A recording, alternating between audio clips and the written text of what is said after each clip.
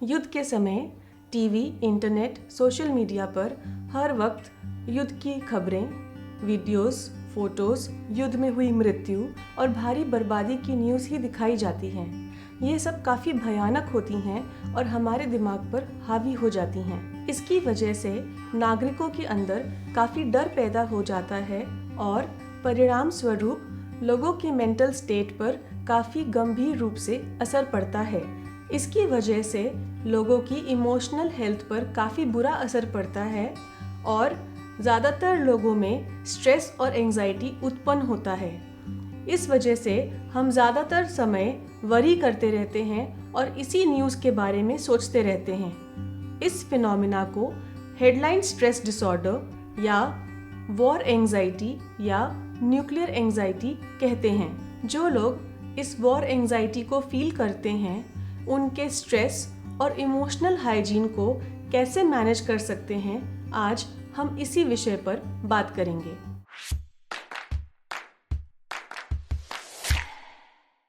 रूस और यूक्रेन युद्ध बहुत ही अनप्रेसिडेंटेड और अनहैप्पी सिचुएशन है और अब यह बहुत ही भयानक मोड़ पर पहुंच गया है।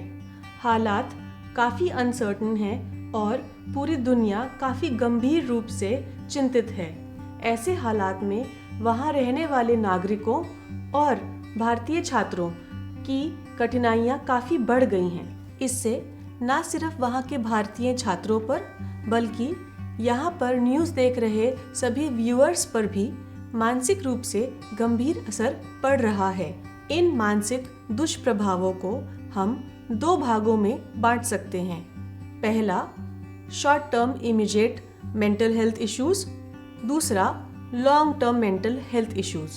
इमीडिएट मेंटल हेल्थ इश्यूज जैसे कि डर लगना, घबराहट आना, पैनिक अटैक्स आना, रोना आ जाना, नींद ना आना, इस प्रकार के सिम्टम्स पाए जाते हैं।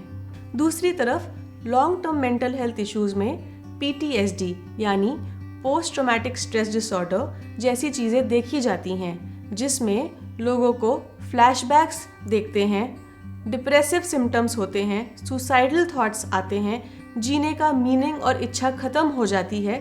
इस प्रकार के लक्षण पाए जाते हैं। इस प्रकार के मानसिक दुष्प्रभाव ज़्यादातर बच्चे, बुजुर्ग और महिलाओं में होते हैं। चलिए देखते हैं कि इन मानसिक दुष्प्रभावों को हम किस प्रकार से मैनेज कर सकते हैं। पहला, अपने परिजनों और मित्रों से संपर्क बनाए रखें, क्योंकि वॉर टाइम में एडवर्स इमोशंस आते हैं और उनका सामना करने के लिए हमें हिम्मत जुटानी होती है, जो हमारे परिजन और मित्र हमें देते हैं। दूसरा, म्यूट ट्रिगरिंग कंटेंट। हमें नेगेटिव न्यूज़ कवरेज और फेक मिस इन्फॉर्मेशन प्रोपेगेंडा से बचना चाहिए। इसलिए सेलेक्टेड ट्रस्टेड न्यूज़ सोर्स को ही फॉलो करें और उनके भी एक एक पल के नोटिफिकेशंस और अपडेट्स को बंद कर दें। तीसरा, एक्सेप्ट अनसर्टेनिटी। ऐसे हालात में अनसर्टन फीलिंग्स आना बहुत ही नॉर्मल है। इसलिए जो आपके कंट्रोल में है सिर्फ उस पे ही फोकस रखें। जो आपके कंट्रोल में नहीं है उसके बारे में सोचने से कुछ हासिल नहीं होगा। अपनी हेल्थ और सेफ्टी को प्रायोरिटी बनाते हुए अपना मेंटल और नर्वस ब्रेकडाउन बिल्कुल ना होने दें। चौथा, अवेलेबल रिसोर्सेज और सपोर्ट। यूक्रेन में फंसे भारतीय छात्र जो यह वीडियो देख रहे हैं, आप अपने रिसोर्सेज को आइडेंटिफाई करके कंजर्व करके ही यूज़ करें, क्योंकि आपको नहीं पता कि अगला खाना पीना और कोई भी प्रकार की हेल्प आपको कब मिल पाएगी। साथ ही बमबारी की हालात में आप अपने शेल्टर से तभी बाहर निकलें जब अत्यंत आवश्यक हो। पांचवा, सेंसरी एक्सरसाइजेस।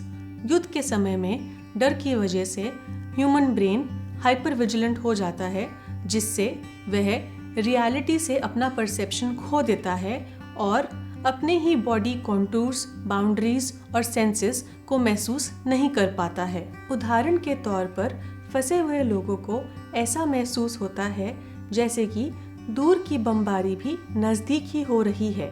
ऐसे वक्त में शांत रहने के लिए लोगों को एक दूसरे को हग करना चाहिए, एक दूसरे की मुश्किल जर्नीज़ के बारे में बात करनी चाहिए और अगर वह बिल्कुल अकेले हैं तो उन्हें सेल्फ कटल भी करना चाहिए। छठा, स्ट्रेंथन कोपिंग थिंकिंग। जो लोग और छात्र अब वॉर जोन के बाहर हैं वह बार बार अपने ट्रॉमेटिक एक्सपीरियंस को डिस्कस करके रीइंफोर्स ना करें, बल्कि वह पॉजिटिव थॉट्स की तरफ अपना ध्यान केंद्रित करें और यह सोचें कि वह एक सक्सेसफुल इवैक्यूएशन प्रोसेस के जरिए अब सेफ हैं। सातवां, डीप ब्रीदिंग। डीप ब्रीदिंग करने से आपका पैरासिम्पैथेटिक सिस्टम स्टिमुलेट हो जाता है, जिससे आप काम डाउन महसूस करते हैं। डीप ब्रीदिंग करने के लिए जितना समय आप इनहेल करने में लगाते हैं उससे दुगना समय आप एक्सहेल करने में लगाएं। आठवां, avoid mass hysteria and mass reactions. दूसरों को और साथ के लोगों को शांत महसूस कराएं। उनको आश्वस्त कराएं कि सब एक दूसरे की सहायता के लिए मौजूद हैं। मुझे उम्मीद है कि इन सब टिप्स को फॉलो करने से आप सब अपने मेंटल स्ट्रेस को काफ़ी हद तक कम कर पाएंगे। Stay safe and stay calm.